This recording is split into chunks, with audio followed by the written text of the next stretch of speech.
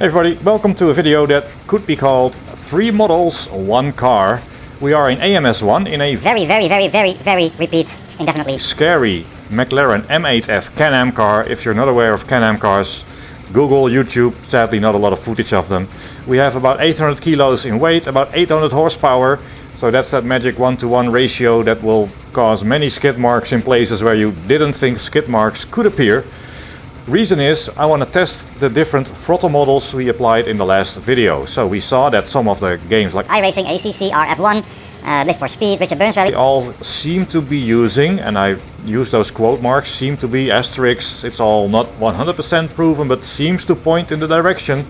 They use a model that is by now quite old. It works, maybe not the best.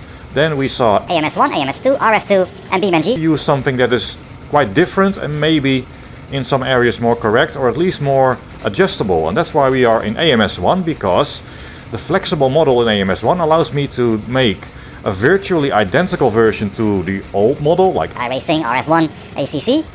I can also make the strange model found in WRC Generations, and I can make a more realistic model that we can do it AMS1 to RF2. So currently it is the, arguably, again, asterisks, don't pin me down on this, more realistic model. We'll do some tests with all these 3 models, try to do a hot lap and some other tests, and I will have to edit it together so it hopefully makes sense. We are rolling backwards, it's slightly uphill here. First thing, drive away. So I want to keep the revs at like the needle pointing somewhere here, fair high revs, and then release the clutch.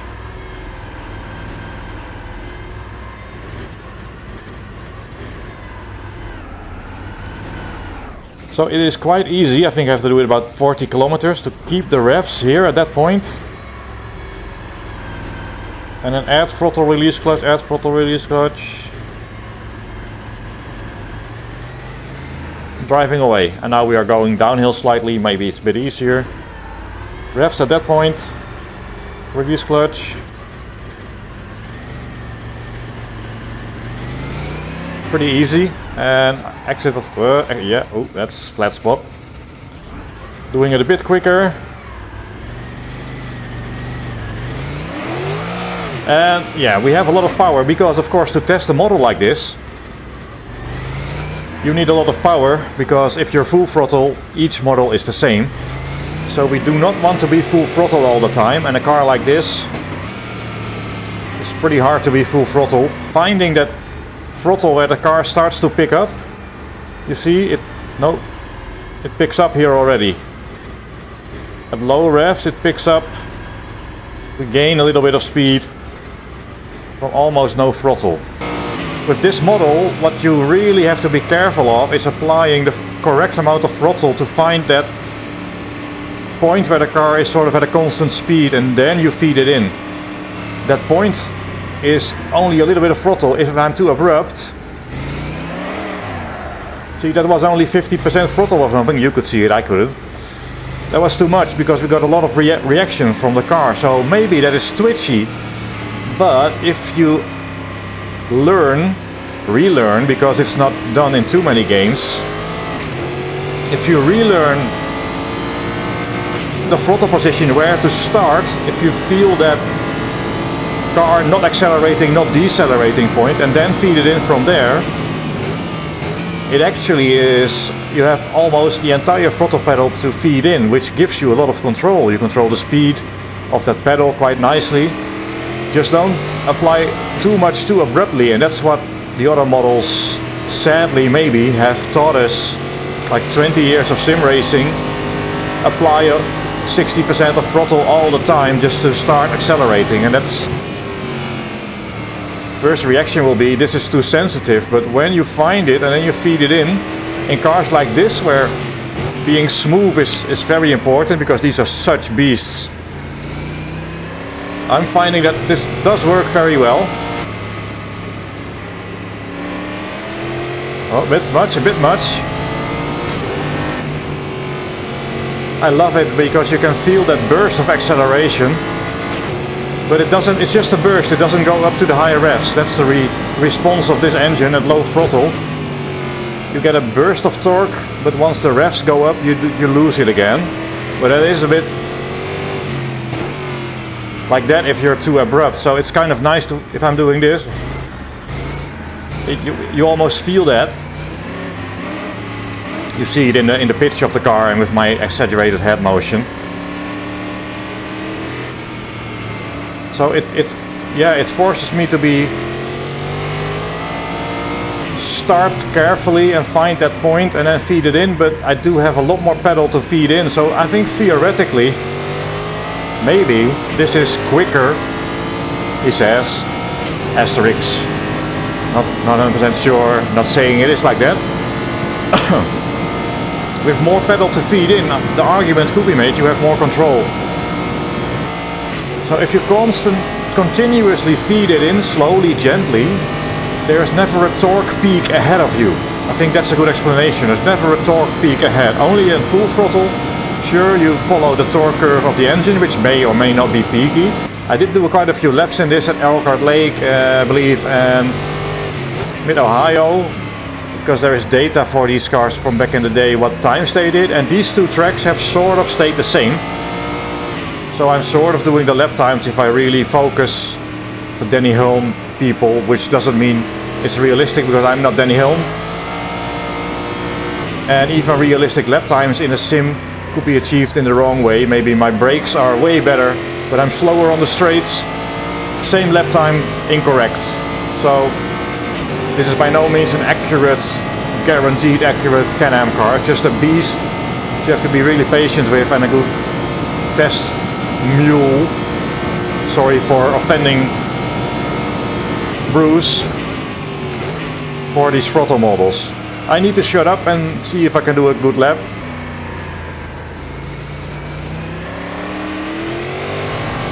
I couldn't see my throttle there, but I think a little bit of oversteer happened at not full throttle. And while the car keeps accelerating, the torque drops. It was doable. I don't really like the term muscle memory because I don't really know what it means and if it exists, but memory, things you're used to. Apply too much throttle. Maybe I need to set up my pedal a bit firmer with the spring, a bit more preload. So the initial touch of the pedal feels a little firmer. There's no tire wear, no fuel consumption. The only variable here, no tire heat even, it's all very constant. That's nice, that's really nice. Oh, let's do it again. Oh, too abrupt. Man, I love Can-Am. The just complete bonkersness of Can-Am. Absolutely amazing. That wasn't a good line. See, oversteer, yes. But not out of control oversteer.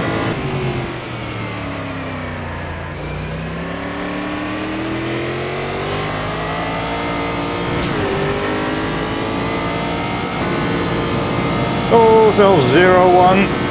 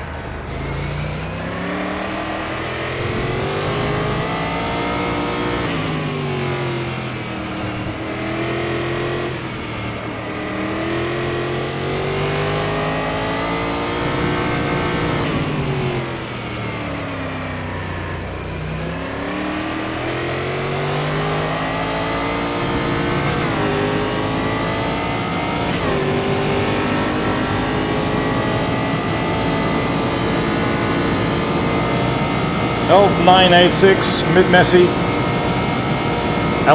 11. I'm getting I think an appropriate amount of sweat going. Getting used to the car in general, getting used to the throttle model.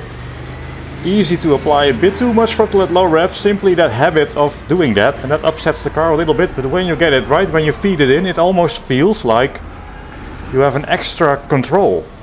Instead of a pedal that you sort of press mostly all the way and then the last bit, I have an entire pedal, well, more than half of a pedal to play with. It feels like a better, well, more believable in the sense that, yeah, this is a very scary, even though half of it is missing,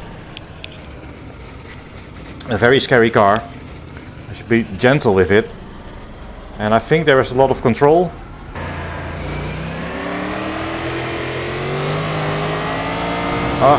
That's so nice that now I'm driving. Oh, this is already so different. The model that is sort of common in so many sims, from iRacing to ACC to RF1 to Richard Burns to Live for Speed. So let's do that first trick, driving away. Throttle here. It is harder to arrive, to steady the RPM there, and I need more throttle to get there. Release clutch. Oh, it's pretty hard. The clutch release is difficult. There we are.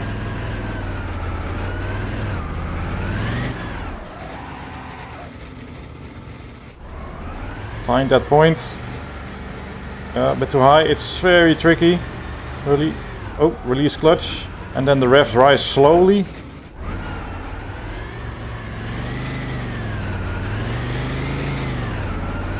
So it's possible, but you see, compared to the previous model where I could keep the revs almost constant while somewhat swiftly driving off, I just cannot. As soon as I release the clutch. Hyper high. Oh, that's pretty good, but I have to be 4 times more careful with the throttle and the clutch to drive away like that.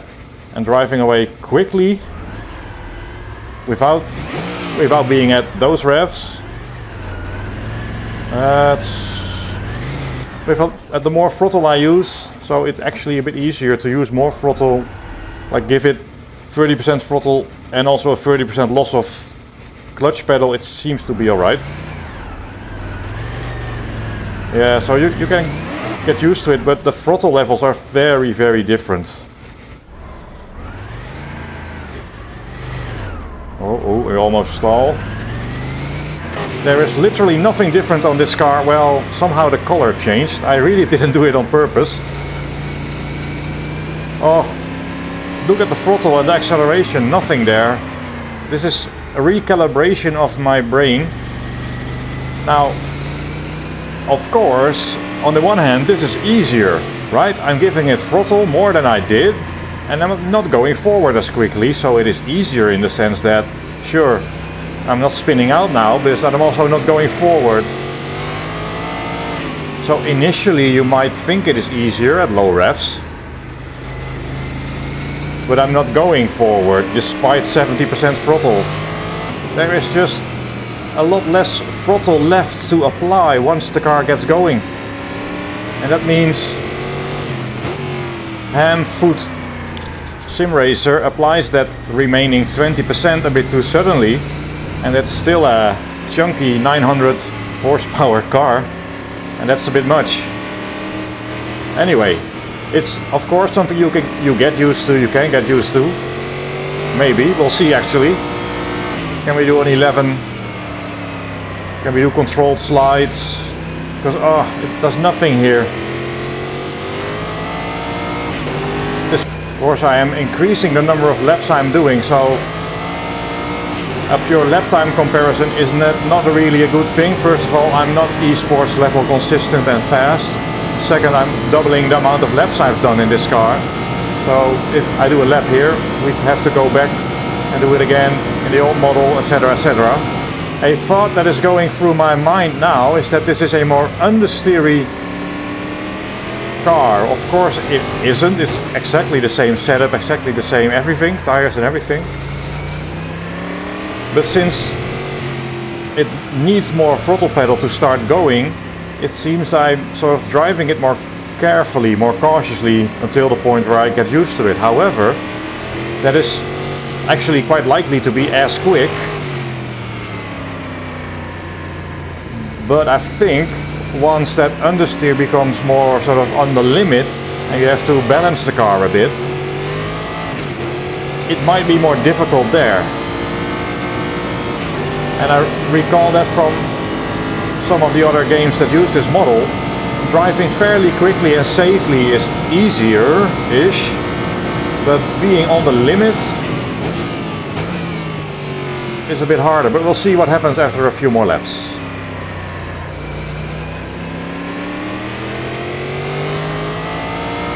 And I'm thinking the driving I'm doing now is a lot more behaved. I'm not getting the same reaction from the engine at the same throttle position.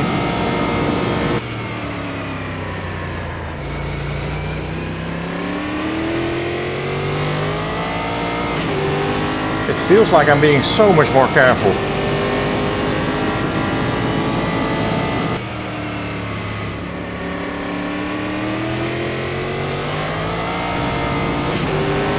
A little bit of a slide. It's by now placebo probably, but I think I'm in less control when it starts to slide.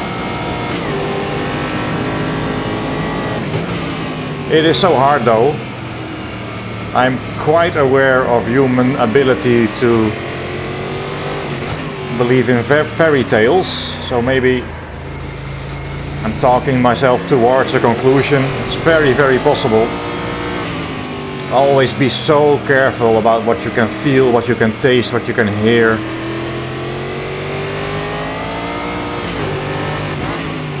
The more sure somebody sounds to be on a subject, the more you can rightfully doubt it, I think. I'm very comfortable in understeer, but turning that understeer into being at the limit isn't going so well. But we've only done a handful of laps. My brain has spent a lot less hours trying to control the throttle in iRacing and ACC than in AMS1, which does it a bit more according to the way I've set it up here. So if you are the other way around, you drive a lot of iRacing, you will probably struggle with the other model. There is a lot of variables here. What isn't variable is my need to speed up.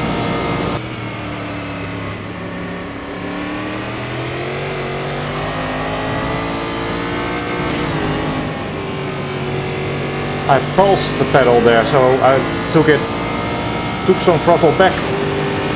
Didn't do that with the other model. So I pulsed it a bit to get oversteer and then retracted the throttle pedal to stop it from getting too bad. Of course, in racing class you learn that go on the throttle once and don't come off.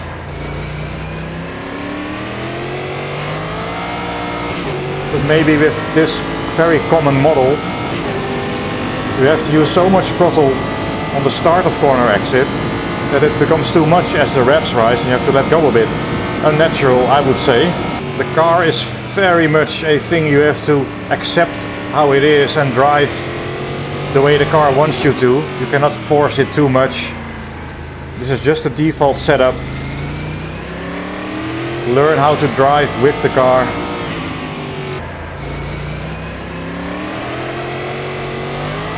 Oh, it feels very nervous. Man, am I just imagining it? I want to look myself in the mirror, but it is missing.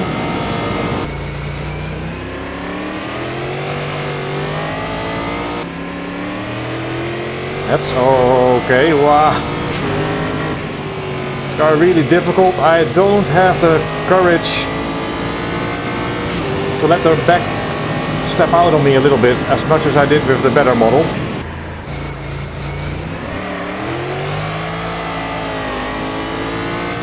That wasn't a normal slide, it was like a showboaty slide. That did feel fine though, no difficulty, and I wasn't full throttle, I don't think. That's as well. But those are slides that are not part of a quick lap.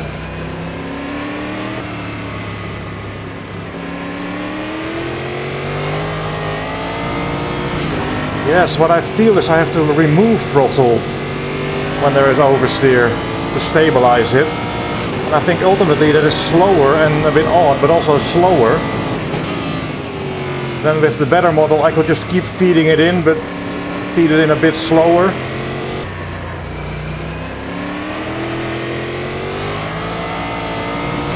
Yeah, I feel I have to release the pedal, that's weird. Well, maybe it's not weird, but it is starting to feel like I'm doing that. When the oversteer comes, let go of the pedal a little bit.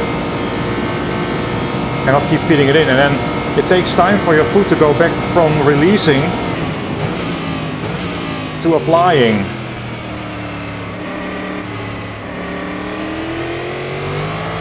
Again, I'm really just sort of pondering as I drive.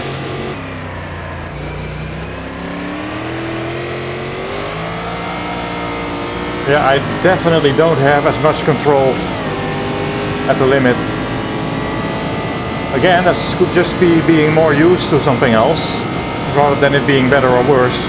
But there is some reason to suggest that maybe this old common model, iRacing ACC, might be a bit less suited. Yeah, give it a burst and then stop the pedal movement. And the steer. It's surprising how different the technique is.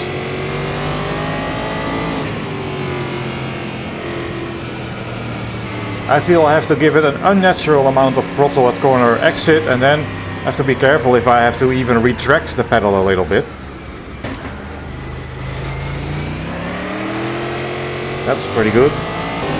Imagine if real cars are more like the other model and you apply this sort of pumping technique in a real car. It will behave quite in a way that makes the owner not allow you to drive it again, I think.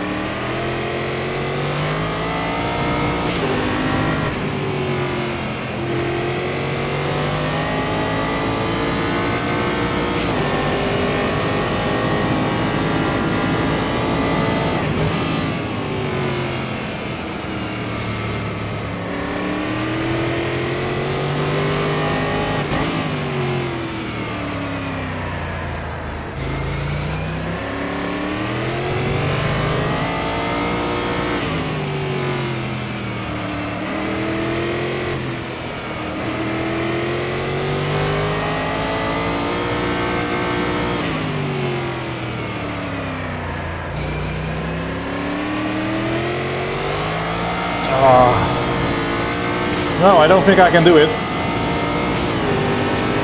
The risk of applying so much throttle to get it going is that you're in trouble after that. So I cannot easily do that 11.9 despite having done more laps now on this track. So it's a very, very interesting difference. Understeer because the engine doesn't respond as much initially. So I start to force it a bit by giving it a lot of throttle corner exit, which is risky because as the revs rise, the torque rises and the back might come. Oh. Interesting. Well, of course, this is just a matter of, well, at least partially a matter of what you're used to and how good you are at adapting to the way the game wants you to drive. And in those cases, I am very used to something that's not the iRacing ACC R-Factor 1 Live for Speed model, and I'm more used to the AMS R-Factor 2 type model, AMS 2 as well. So it's not fair in that sense, and it's not evidence that it is slower and it's worse. But the difference in feel, let's focus more on that, and let's sort of ignore the time, because that's a matter of skill and everybody can get sort of used to the sim at the end. Having said that, getting used to it, can we also get used to the WRC model? I don't think so. It might be a bit of a meme end to the video, but also some disclaimers there. So let me load up that car. Oh, WRC Generations model, well, as the engine is currently silent because I have stalled. Good to point out, I do not know for 100% sure how that game works. I was a bit harsh on it in the previous video because the data I sort of got from a acceleration run, doing a video and analyzing it, showed a rapid stop of the rise of the revs, the rise of the robots, based on your throttle position. So if your car does 10,000 RPM, 100% throttle would let you do 10,000 RPM, 50% throttle will give you torque until 5,000 RPM, and then boom, stop. So maybe the driving away isn't too bad. Actually, no, that is quite easy. Because it is very strange that... So I'm doing, I don't know, 4,000 revs. The reason it does no more revs is because at 4,001 revs there is no torque. A real engine, of course, the reason the revs stop increasing is the torque slowly drops. As the revs rise, the torque slowly drops and then it goes to zero. The torque doesn't go abruptly to zero as it does here. So driving away, as I release the torque and the revs lower, all the torque is there, or a reasonable amount of it.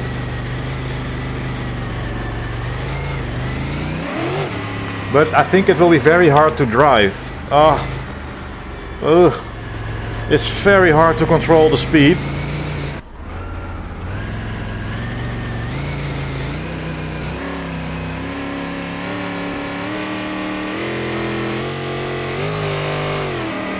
The revs is the same as my throttle position.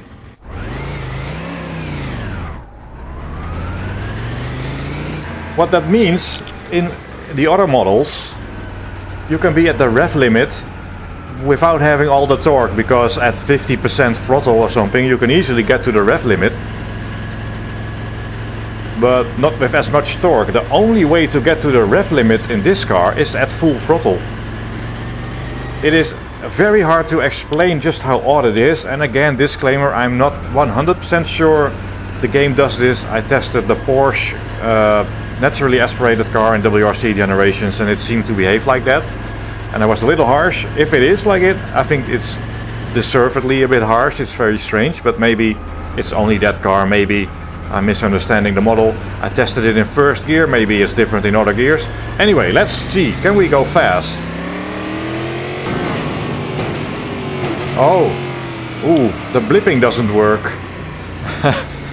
That's another thing. You want to blip somewhere towards the rev limit, right? Ish.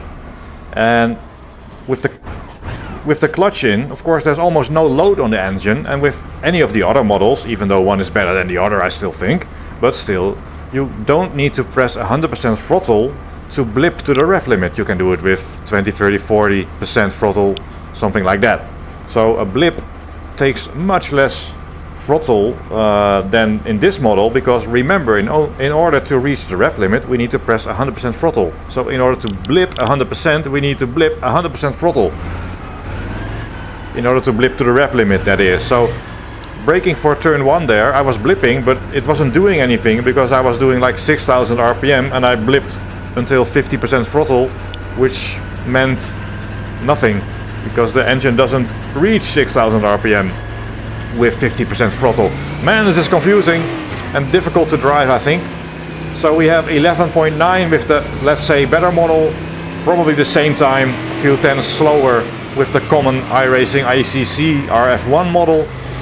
Oh, and this sort of throttle pedal sets engine RPM model with weirdness. Oh, it's not going to be easy. I think I will be more... Oh, again, no blip. I blipped, I think, but it didn't do anything. So I have to be generous on the blip. Oh, the second one was sort of a blip. Oh, and I'm dropping way too low.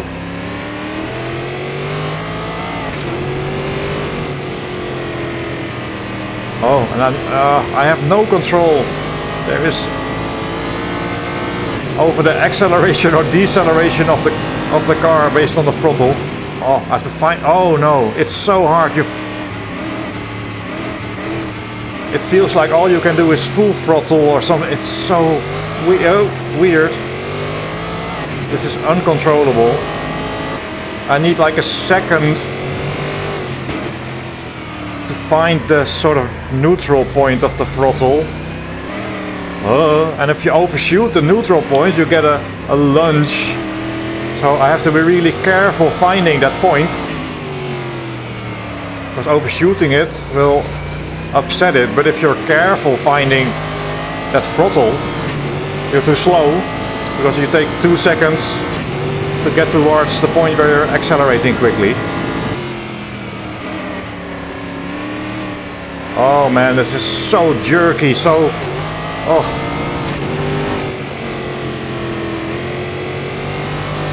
On-off-ish. We were full throttle there, and that meant it felt just like the other models, briefly. 1 second slower than the common model. 1.3 slower than better model.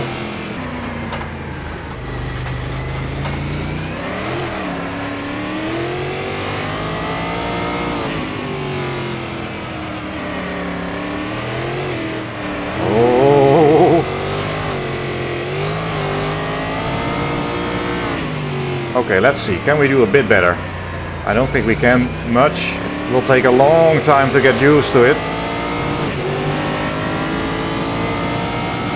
13.2. Let's give it one last final attempt.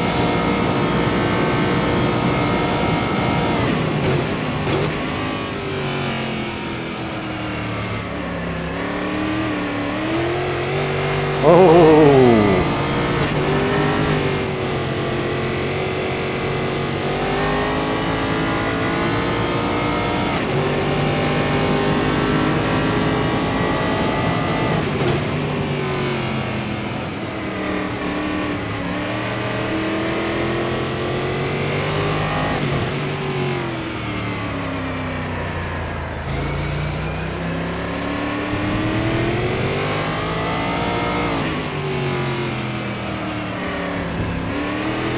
Oh, so weird.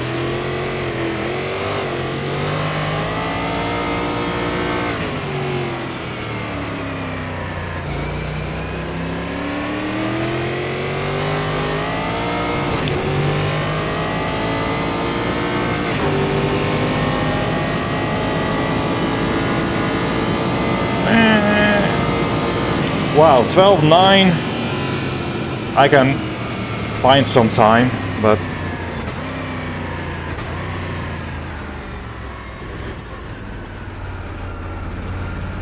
so that was quite interesting. More interesting than I thought, even though you've all zoned out and moved on to other things. There is some bright green coating on those supposedly very hot coolant lines. Let me touch them. Ah! It's a radiator, I think. Radiator lines. Super different. Okay, well. Going from, let's again asterisk, let's again, like, I'm not claiming it's all factual and true, but let's just call them the better model, the common model, and the meme model.